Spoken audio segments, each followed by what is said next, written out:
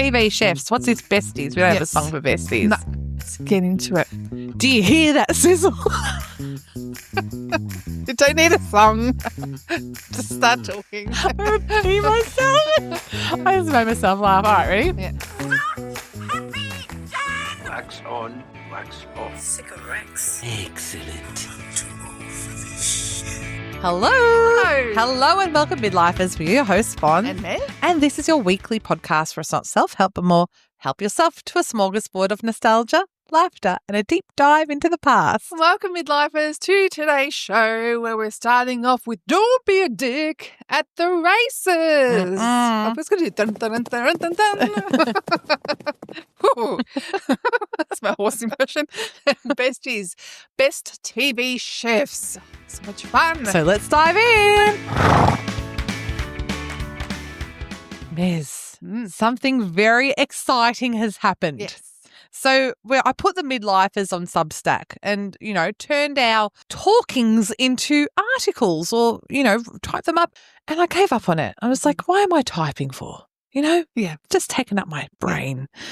But then a miracle happened. Successful Australian author Rachel Johns mentioned us in her blog post saying, we are worth listening to. Yes, about her podcast. She was promoting podcasts that she likes, and we were on there. We're like, ooh. Like, what? Who, us? And it just kicked up a spark. Yes. And she's releasing a new book, and we're going to actually have her on the pod. But if you see her book, The Lucky Sisters, Big W or wherever else you might see books, Dimmicks maybe. What else was there? The Book Grocer? The QBD. QBD. Yeah. Like a QBD. Check out The Lucky Sisters. Yes. And as I have said, we're the lucky podcasters. The lucky podcasters. It was so nice because, I'll just, a bit of background info. Sometimes Fonz and I get down. We do get down because we put so much work and hours into this podcast, and because we're unknowns, we are not even D-grade celebrities. We're Z-grade. We're zero. We're minus the alphabet celebrities.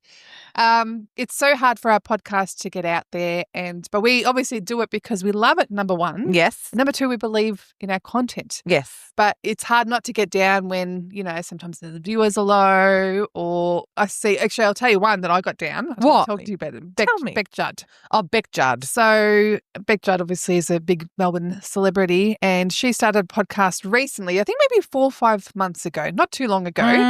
And obviously she's a celebrity in her own right, so she's going to get audience straight away. Yeah. But still, her podcast, I heard her talking on the Carrie Bickmore show, saying it just got picked up for 2 years. It's like the number 2 on the podcast. I'm thinking, we've been doing this for 1.5 years.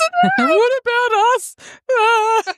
So we've been having a bit of a sook. Yes, we have been having so then Rachel Johns came to the rescue. Holy guacamole, the bright spark. Yeah, so it's very lovely. And so we will be having her as a guest on the show in the upcoming weeks, and check it, because apart from the Lucky Star Sisters, which is coming out round about now, she's doing a book tour. Then there's another one, The Other Bridget. Hilarious. And she's got a whole back catalogue, so check her out. Now, I have something come up because it was just Halloween recently, and I have noticed, because I've got 3 kids, and I've definitely noticed by the 3rd kid I've just given up. So with the first 2, I got really into it because, as we mentioned, our Halloween special last year, Halloween wasn't a big thing growing up. It was a non-existent thing pretty much. And it's really, especially in our state that we live in, it's really taken over. So all the young kids get dressed up. Yeah. So with my oldest 2, would go to Spotlight a few weeks beforehand, all get the costumes. I never got dressed up, but they did. And now with my 3rd, because they talk about their Halloween costume like in February. They love it. Really? Yeah, when they're younger. My oldest is getting out of it. But so now with my youngest, she's like, I want to be this, I want to be that. I don't buy anything because she changes her mind every week. But I've pretty much got into the habit now. Whatever her bookwear costume is, we just bloody it up. That's a So last year she was Little Red Riding Hood. So then we cut it all up like like she's been stabbed to death. Like, God, with blood stains. Ah, And this year she was Dorothy, so I'm like, let's just bloody it up. bloody it up. Yeah, so it just makes me not think but laugh sort of about by the third child, and just like my enthusiasm, my energy for these things is like gone. I'm like, sorry, kid, you're just going to have to make do. I've just started with Halloween with my kids, and I just can't be bothered, and I can't wait for Christmas. I want to put up my Christmas tree. And there's one of our listeners, Shani. She loves Christmas. She's been posting about Christmas since February. Yeah. And actually, she just sent us a voice note saying that she talks back at us while she's driving. So she was driving to the Parramatta Eels Stadium to do singing over there. Yeah. And she's like, I was just listening to a podcast and I just want to talk back to you. So I do in the car. So Shani. Nice. Thank you, Shani. Thank you. But also, bring on Christmas because I'm a bit over Halloween. All I want for Christmas is you. So you look like a dick to me, so everybody just listen to me. This is how not to be a dick. Don't be a dick. I nearly forgot my my lines. I just chime in and start like, hey, this is my solo. Sorry. Oh, good. Don't be a dick at the races. Now, this is good timing because it's Melbourne Cup. Yes, it Day. is. Can we tell our listeners about our little trip to the races somewhat 20 years ago? Yeah, sure. Go for it. Was that about 20 years ago? Yeah, about 20 years ago, Mez God. went to the races. So- Young Yes. girls. Young girls. Energetic. We had energy. Oh, did we ever? You know what I can't believe about this? We got to the races early. I think we left about 7:30. We got there about 8:30, so we got prime position in front of the finishing post. I remember waking up at 6 to do my hair and makeup. Yeah, I think because someone at work said get there early, and it's great advice. So it was a long day. I think we left the races about 4 o'clock. Went home, had a little power nap, got ready to go to clubbing. Yep. We went clubbing. We went clubbing. Got home about 3 o'clock in the morning. Like, what the hell? How? How? I don't know. I'm tired just thinking of it.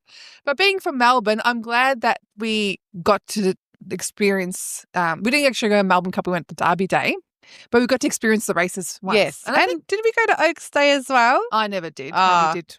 So, yeah, I've been to Derby Day, Oaks Day, and Melbourne Cup Day. I've been, Oh, so you've done it all. yeah, I've been in the marquees. I've been out in the open public, and it's all fun. A lot of fun. There's a lot of dicks. There's a lot of dicks Oh, depends where you go. there. Yeah. Bird cage, I reckon no dick. So the bird cage is the fancy marquee where, Beck Judd goes and all the celebs go. All the B, C, and D grade podcast celebrities go. I walk past and have a little peek inside and like, get out. Maybe they're the servers are the dicks. Maybe the celebrities are the dicks in there. Nah, I don't don't know. say that. They might come at us. Send a horse out, put a horse's head in our bed like in The Godfather. But what I want to say as well about our Don't Be a Dick at the Races Yeah. is we listen and we don't judge. Yeah. Because We are judging. Are we? Because Don't we've be been the bottom of the barrel, Mez. I have walked barefoot from the races. Well, what I was thinking about this, because like people can say being a dick is like being that loutish drunk behaviour, but that's essentially sort of, I don't know, the fun Part of it. Yeah, so I'm not judging that necessarily. No, and I'm not judging a bit of skanky behaviour either because I love a bit of skank. My husband's really lucky. Well, I will put a little asterisk on that. Because I will say, don't be a dick and have sex in front of everyone at the race. Oh, yeah. Okay. That's a bit too much. Because there was one viral clip, maybe 18 years ago. yes. And I think it was about 4 o'clock. So the races are sort of finished, but there's still people around. There's a couple just having it off on the grass in front of everyone. I'm like, people can see you. And there's evidence. When we went, this was in the days we had the disposable Nokias. No, but the photos we took, Yes. we can put some on our socials perhaps. Yeah, we can. Kodak disposable cameras. Yeah. So. I think when we went to the races, we tried to be a bit la-di-da, although we weren't. No. We tried. From the northern suburbs, la-di-da. bit of craft cheese. And remember we had the esky? Yes. We snuck alcohol in the esky. Well, because my first don't be a dick is to the people at the front. Don't be too hard to try to look for the smuggled drinks. It's like, come on, you got to have a bit of leeway, a bit of grace. So we smuggled. I was about to say snuggled. We snuggled and smuggled. The good one was I put champagne in like a ginger ale bottle or lemon lime bitters bottle, so you couldn't tell the difference of the colour. And for our folding chairs, I put some cans in there. Yes, but then I did that with my husband. But my husband was carrying it like the next year, and because he was a guy, they really checked the stuff, so they took it all out, and so we had to drink it outside the fence before we got in. Bogan. I know, but just like apart from the expense, the line to get there, especially later on, just let people smuggle a little bit. Oh, that's a bit controversial. Yeah. I mean, that's from a punter's perspective. Yeah. And what I find with Don't Be a Dick is etiquette. You always try to have etiquette at the start of the races. Oh, yeah. But by the end, done. when under the sun Yes. and the drinks, we start singing. Yeah. We start sitting on the floor. That's why I'm saying we listen, but we don't judge. Yeah. All right. So, etiquette. No hat, no play. You got to wear your hat at the races or a fascinator. Now, I'm going to say this. Jean Shrimpton in 1964 got tutted in the media because she wore a shift dress above the knee, which was very risque. You're not allowed to do at the races. She wore no gloves, no stockings, and no hat. Now, if we let go of the etiquette of how to dress at the races, we're just letting go of everything. I know there is a sort of thing, but like I like the majority of people do wear hats and fascinators. That sort of thing, like 90% or so. But then I like I'm going to say don't be a dick and stop some of the crazy outfits. Oh, I love the craziness. Yeah. And especially if there's like, say, got a group of 4 guys that are all wearing these suits that look like bananas and pajamas. They're fantastic. Cool. So do you remember remember the thing, but that's fun. But that's the fun. That's the more. I don't know. That does bring the fun to the races. I'm saying, but I think there needs to be a dress code as in wear the hat, whether it be crazy or not, wear the fascinator, because there still needs to be a bit of etiquette. It's the word etiquette, or we need to still have a hold of that culture, or else it's gone. And when the hats are gone, and then the milliners are gone, and what are they going to do? what are they going to do? Hats flapping in the wind. I'll work for this 1 week a year. But I remember when we went, and there were these girls, and they were dressed only in white shirts and red lipstick. And they were just, I don't know, they went every year. They got on the B-roll of the news every year, and they're just cool. Just chicks dressing up in just a white shirt, and red lipstick. That was fun. That is fun, but then it's sort of going against what you're saying. I know, but maybe I'm talking more from I don't know what I'm talking about. That's the story of our show. Right there. I want the fun, but I also don't want to let go of tradition. Yeah. I will point this out. This is in my Don't Be Dick. Don't let your fascinator poke me in the eye. Oh. Because there was I think nowadays it's more headbands with flowers and stuff. Yeah. But back 10, 20 years ago, when the fascinators really came in, like, it'd have some really big ones. Yes. Especially when it gets crowded, everyone's smushed in together. They need to turn that head and poke an eyeball. Beware of your surroundings. I was like, but when you got a fascinator on your head, how are you meant to know if you're going to hit someone? You don't. Oi! Oh, that's how I know. Oh, it's so funny though. But men also have a dress code. They're expected to wear a nice sensible chino. And if they're wearing shorts, they need to be at the knee or below the knee. Nothing above, no short shorts. No one wants a ball popping out, as I've said. But, do the people actually wear shorts? Do men wear shorts? If it's hot, you'd think they'd wear shorts. I've only seen them in the pants. A sensible gentleman short. Yes. Can I say don't be a dick and judge people on how they bet? Okay, yes. Okay. Yes, you can say that. Thank you. As always, bet sensibly. But I love to bet based on horse names. Yes. And I went with someone and he was poo-pooing me because of my how odd shoes. But I was winning. And then by the end, we were with the group. Yeah. And there was one, hot schnitzel. Oh, yeah. I'm like, I'm going to bet hot schnitz. Yeah. And the guy goes, I'm going to bet with her. And we won. We won like hundreds of dollars. Good on you. So don't poo-poo. I know you must study the race thing and blah, blah, blah, but sometimes just choosing on names and using your intuition. That's exactly how I bet. Because we often get together to my mum's for Cup Day. She gets the form guide, and then we all basically pick on colour and names. Ooh. That's how. There is no study whatsoever. That's why I never win. I never win. But anyway, it's fun. Choose it based it on names. Yeah. Names are good. Okay. Thanks, Fonz. Thanks for that. Right? That's Fonz's hot tip of the day. Hot schnitz. Don't be a dick and pop a squat openly. Oh, my God. I say this, right? And you question why we're not like Beck Judd's podcast. Pop a squat, pop a ball. What is it you want to say? I say this because I know the lines to the toilet, especially in that peak sort of 1 o'clock to 4 o'clock, are crazy. And women have got it hard because, you know, the toilets are always jam-packed, whereas men, I don't know, just urinate in public. And often when it comes to that time of day, you know, a bit drunk, a bit loose, and sometimes I've never done it, but a woman might pop a squat. If you do so, just do it around the corner. Don't do it. Don't do it in the rose bushes. The roses are carefully curated. The acid. Good for lemons. Okay. Good for a lemon tree. Not for the roses. Not for the roses. It might turn the horse off. You might get sensitive nostrils. The pheromones.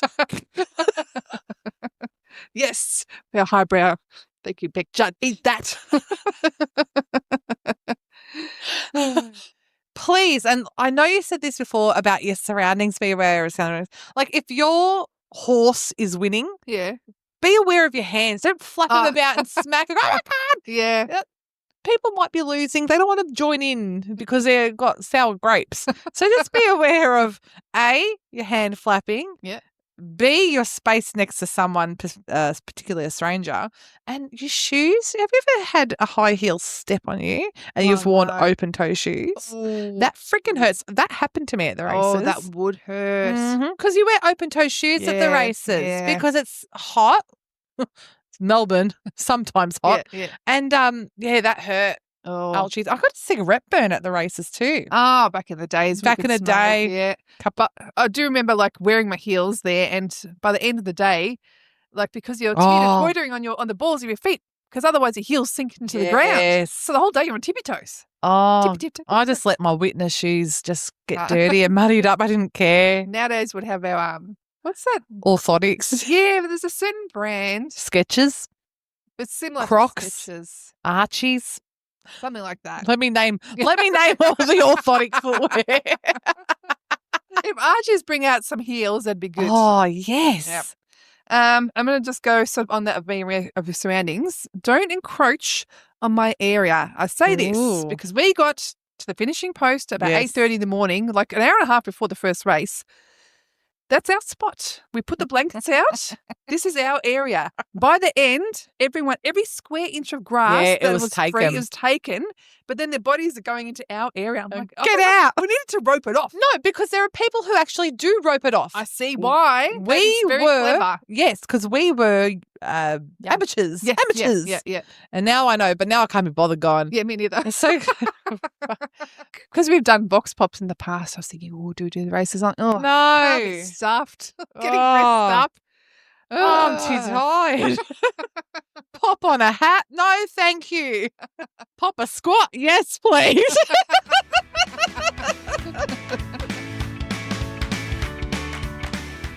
Besties. Best TV chefs. Now, this can be Aussie. This can be international. Anything but yourself. Yes, because I'm not a TV chef. Well, I tried to be a TV chef. Did you? Yeah, I set up my trifle wife. I tried to be a trifle chef. Right, yeah. Yeah, just lost gumption. I lost the gumption for it. Like making a trifle every week. It was delicious. And I was experimenting with different flavours. But I really got fat from it because we had this trifle, had to eat it. And then my husband had to eat it. We were just putting on the kgs. I'm surprised when TV chefs or chefs don't put on weight. Oh, God, that's surprising to me. Good for them. Good for them. But What's the also, secret?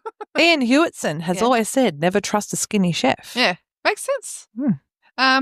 Now, this idea came about because last week we talked about magazines and we got onto Curtis Stone. So he's going to be the first TV chef that I mentioned, where we realised that I didn't like Curtis Stone when he first sort of came on screens, but I've grown to like him. And you're the opposite. Yeah, I liked him when he came out. Like, oh, who's this surfy, cool chef guy? And they're like, oh, here he is in my bloody Coles magazine again. Or is he Woolies? Is he Coles? Yeah, go away. No, I don't mind him. But do you know because I think he had a few shows, but the first hit one in America, it was called Take Home Chef. Yes. So the premise of this was he would approach random strangers in the supermarket. Can I cook for you? Oh, g'day. G'day, mate. I see you got a pineapple in your trolley. Can I cook for you? It doesn't sound like that at all. But you know like the Irwins. Oh, crikey. Sorry. Carry on. Have you taken your meds today, Fonz? But yeah, so you check out what's in their basket and go home with them and cook. So it's really interesting idea. I like, I think another chef, a TV chef, did that. Aristos. Aristos. I used to call olive oil old mate or something like that. Okay. Yeah, but I was researching him. It's like, oh yeah, Aristos. My mum loved him because he was Greek. Yeah. But apparently in real life, from what I've read, a few people have wrote that he's not a nice person in real life. So I took Aristos off the list. He's off. Well, Curtis Stone, I reckon, is a nice person. I reckon he'd be nice. He'd be all right. Wouldn't mind him checking out my trolley. Open up your basket. Have a look inside. What's this fish? Clam chowder. Oh, all right. Chowder. Bring it back up, Mez. Okay. I think a lot of the ones on my list, I reckon, are actually good people in real life. I have no idea. There's not based on fact. It's based on feels, as I said. We're not the feels. We're all about the feels, not the facts. All right. Who have you got? I have always admired and loved Nigella Lawson. I do remember going to your house and watching Nigella. I used to, especially back in the mid-2000s. Sultry, she was a bit cheeky, she's a bit saucy, loves a snack at night. I loved how at the end of her cooking show, she'd open up the fridge and have a bit of munchies at the fridge. That is. One thing that stuck in my head was when I was a bit disappointed when she grabbed nail polish from her freezer. Because remember the trend of the 90s was you keep your nail polish in the freezer to keep it the consistency well. I didn't so know she that. got a nail polish out of the freezer. I remember that. But what also I remember is her pronunciation of microwave. How does she say it? Microwave. Just put in the microwave. Oh, that's nice. She's very sleek, very funny, I found it. Because I know she bungs it on. Oh, yeah. It's very tongue in cheek. Yeah. And her accent and what's that? The timbre of the voice? Timbre? Timbre? Yeah, of the voice. Beautiful. And I did find her probably not the healthiest cook. No, lots of butter. Yes, it's all very decadent and sumptuous. And I have to say I've made a few of her dishes because I collect her cookbooks and they're delicious. Like she had this chocolate, kind of like a Rocky Road thing. Rocky Road. Poor old Is that Goonies? And it had butter, it had dark chocolate, milk chocolate, nuts, honeycomb, holy moly, and it was absolutely delicious. Yeah. But so decadent, so rich, and something that you can only have once in a while. But yeah, so I can keep talking about Nigella, but I'll stop. I do remember you loving Nigella. I love her. Well, one of my favourites is Jamie Oliver. Oh. Lovely, Jubbly. Can I tell you a story about Jamie Oliver? Yeah. I went to his live show. And we just missed out. We were 3 rows off from getting tastings of what he cook on stage. Oh, bugger. I know. But one song I remember from him being on stage is he was making a fish stew.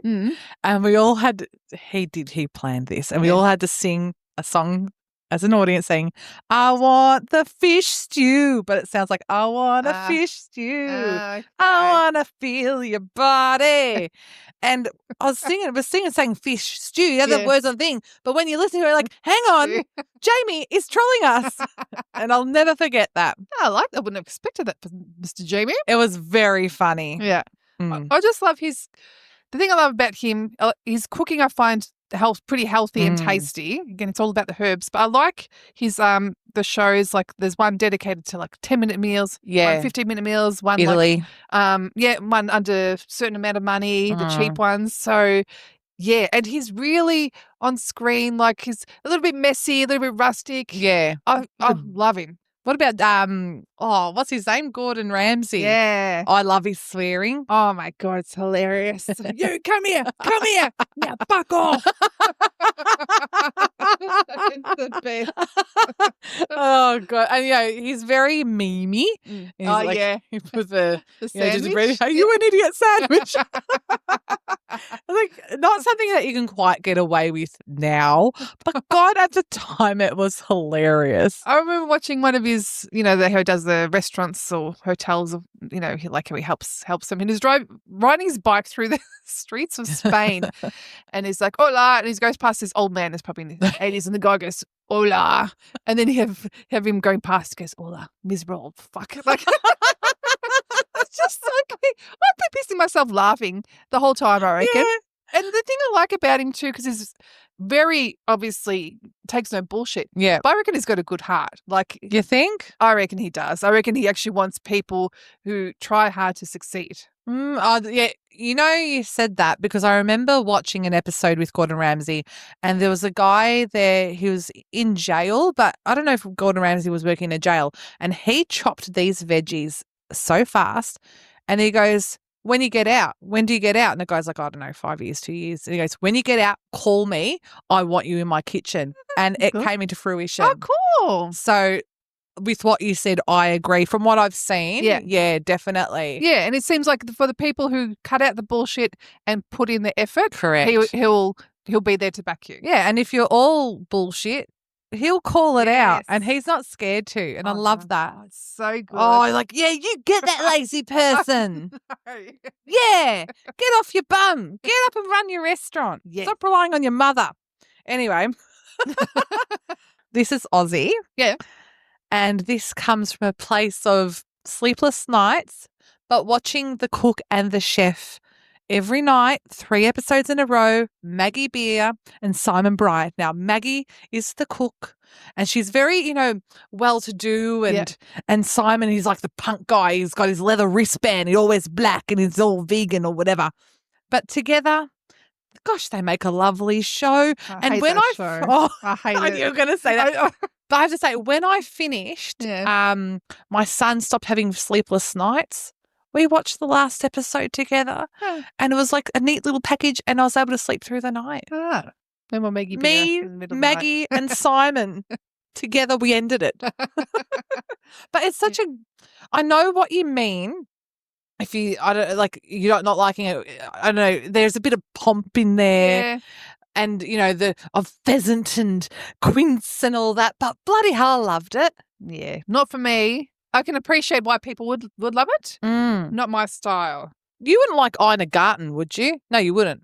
Yeah. She's very posh. Oh, no. She's an American one in the Hamptons. And she always talks about her husband. and she always uses these ingredients that are really hard to get in a shopping centre. I'll tell you 100% no. But she's always like, oh, my husband loves his caviar. I guess not. You piss me off right now. No. Get me a hot dog. That's not for me. Beck Judd would like that one. Me, no. I'll tell you one. Did you watch MasterChef sort of in its infancy, like in its early days? Yeah. So one that's been one of the most ongoing TV chefs from there is Justine Schofield. Yes, Everyday I love Gourmet. Justine. Me too. Her meals are easy to cook. Yes, because she doesn't have too many ingredients. And it is sort of a bit, some of them can look fancy, but then when you break it down, they actually said there's not too many ingredients. I think the thing about this, what was the Maggie Beer one? Was it called? The Cook and the Chef. Yeah. I didn't like the set. It was on her farm. I didn't like it. Sorry. A fine farm, but not for the You didn't like the pheasant, did you? No. Didn't you? Pheasant and quince, not for me. But Justine's one I really love. And she's a really lovely, delightful presenter. I'll give you another MasterChef one, is Adam Liao. And Liao. Oh, yeah, I love Adam Liao. Because he's on SBS Food. And he has 2 people, usually has 2 people come in But again, I find it boring because it doesn't have any background noise and it has a lot of quiet moments. It's got a lot of sizzle. Yeah, it's got no sizzle. It's got no music playing in the and background. he comes up and goes, "Hey, going there, mate?" Yeah. Oh. And they're tossing, tossing this. Not tossing the salad, tossing what's in the pot. Yeah. You all right? Yeah, I find it it's done really well. It's had a lot of seasons, but for me. It's a bit of a hard watch, isn't it? It's probably a show you need to watch while cooking. Perhaps. Yeah. Perhaps not. My son loved that show, though, Adam the Owl. Because that's the son I brought up on the Cook and the Chef, and he's transgressed to Adam the Owl. What about Martha Stewart? I had in my head Julia Child. I got confused. Oh, Julia Child. to the start, 1960s. But I only know Julia Child from that movie. Julia. Yes. I love that movie. Yes, me too. And then there was her life in a series released with Stanley Tucci in it on Binge or something like that. And it's called Julia Child. Didn't he play the husband? Yeah. And he did a series as well. And then there was a series on Julia's. Oh, shit. Maybe I got confused. He might be. But that's cool. Because then Meryl Streep and Stanley Tucci played the husband. Yeah. Then who played the husband in the series? I don't know. I'm lost. But yes, I love that she was so successful, and I think she was the first woman to have her own cooking show. She defied social norms. Oh, yeah. But yes, you said Martha Stewart. Martha Stewart. I don't know too much about her. I've never really watched her cooking shows. Was hers a cooking or was it a home? Craft. Or was it like a blend, Possibly a blend. I never really watched it. I just know I'm meant to know her because Snoop Dogg knows her. And so I'm meant to know Martha. Excuse me. Martha from Arthur. And I know we've mentioned this in the past because we had Ian Hewitson versus Miguel Maestro. But Miguel Maestro. Miguel. God, he's got such charisma. And energy. Where does it get from? I don't know, but give me some. Give me some, Miguel.